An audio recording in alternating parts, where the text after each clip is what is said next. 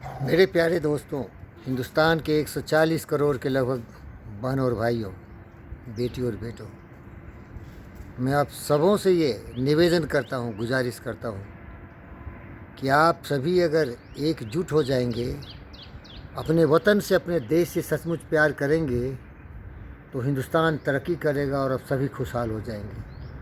आपके जितने भी मुसीबतें हैं, जितने भी समस्याएं हैं, जितने भी आपके संकट हैं, सबों का मोचन है आपकी एकता में।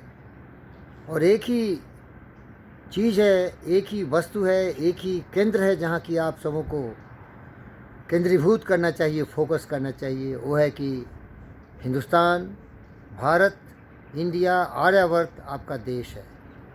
इस देश में रहिए, इस देश का सम्मान करिए, इसकी सभ्यता संस्कृति में आस्था विश्वास रखिए और कभी भी अपने आप को हिंदुस्तान की ज़मीन पर रह के दूसरे देशों की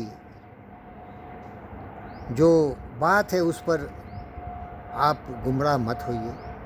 ये सबसे बड़ी गद्दारी होगी।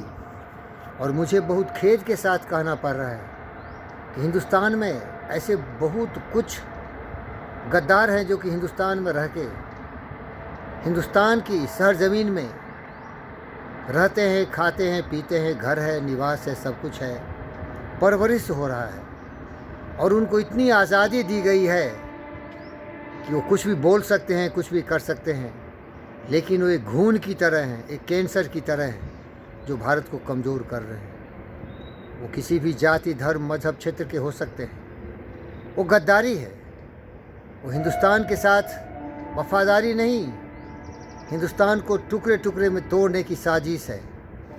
इसीलिए मैं निवेदन करता हूँ कि इससे हिंदुस्तान कभी मजबूत नहीं होगा। हिंदुस्तान की मजबूती है एकजुटता में। अगर सभी एकजुट हो जाएं, सभी एक स्वर में हिंदुस्तान की गति में अपना सहयोग करें तो सचमुच हिंदुस्तान खुशहाल होगा। हम अपने देश को किसी भी बाहरी शक्तियों से न तो तुलना करते हैं, न हम बोलते हैं कि हम सबसे अच्छे हैं, क्योंकि हम पूरी पृथ्वी को ही अच्छा देखना चाहते हैं। हर देश को तरक्की करना देखना चाहते हैं। उदार दिल हैं, उदार चरिता नाम वसुधैव कुटुंबकम।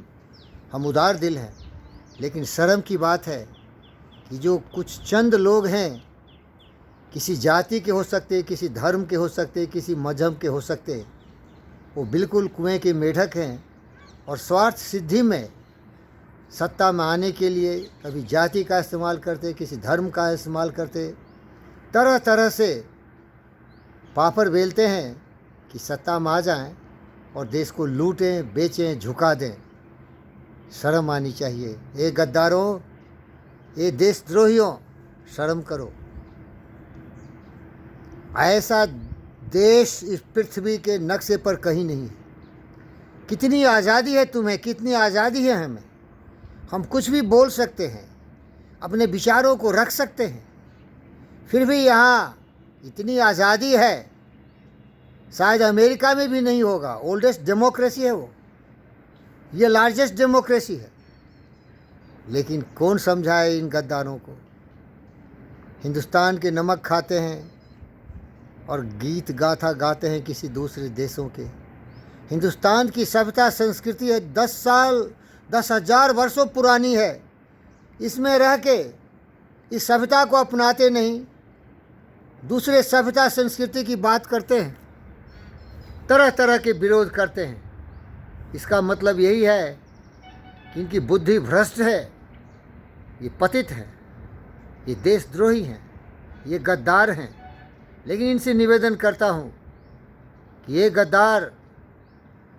गद्दारी छोड़ दो, विचार बदल दो, सोच बदल दो। और आपको मैं सत नमन करता हूँ, सिजदा करता हूँ, क्योंकि विचार से ही ये शरीर जो मनुष्य का एक मशीन की तरह है, स्वचालित होता है। और सुविचार तो यही है यार, देश तुम्हारा है, यहीं रहते हो। देख लो दूसरे देशों में क्या स्थिति है, बहुत बुरी हालत है, वहाँ आज़ादी है ही नहीं। पड़ोसी चाइना को देखो, किस तरह से वो सलूक करते हैं लोगों को। क्यों ऐसे मूर्ख हो, भटके हो। मैं जानता हूँ हमारे हिंदुस्तान की जनता जो बाहुल्य है, जो सबसे ज़्यादा है, धर्म की बात नहीं कर रहा हूँ, 98% पॉपुलेशन की बात कर रहा हूँ। वो अच्छे लोग हैं, लेकिन उनको भड़काने वाले अपने आप को किसी मजहब से जोड़ते हैं। जैसे ओवैसी साहब का नाम ले रहा हूँ मैं, वो प्रधानमंत्री बनने की सपना देख रहे हैं। लल्लू यादव को बोल रहा हूँ, वो वंशवाद के आधार पर बिहार में अपना सत्ता बनाना चाहते हैं, और वो गद्दार ऐसा भी सपना देख रहा था कि एक दिन वो प्रधानमंत्री अवश्य बनेगा। मुलायम वही कर रहे हैं, ममता वही कर रही है। ये जाति धर्म से नहीं है, गद्दारों से जुड़ा हुआ है। ये गद्दार हमारे देश को कभी तरक्की नहीं करने देंगे। हमारे मासूम भोले भले बच्चे को भटकाएंगे, आतंकवाद सिखाएंगे, देशद्रोह सिखाएंगे, गद्दारी सिखाएंगे, लेकिन क्या इससे देश तरक्की करेगा?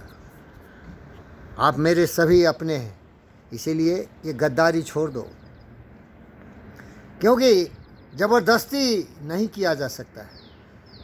ये चाइना में सफल हो रहा है, ज़बरदस्ती करके शी जिनपिंग ने सबको कंट्रोल में कर लिया है। लेकिन कैसे करोगे? गद्दारी तो होगी, गद्दार को कैसे कंट्रोल करोगे? वो तो सामने से लड़ती नहीं ना, वो तो छुप छुप के वार करती है। छोटा सा देश, छोटा सा प्रदेश, छोटा सा राज्य, बड़ा सा राज्य, अगर अंदर में ही आस्तीन का छाप छुपा हो तो कैसे उससे हम निपटें? पता नहीं है दुश्मन कौन है।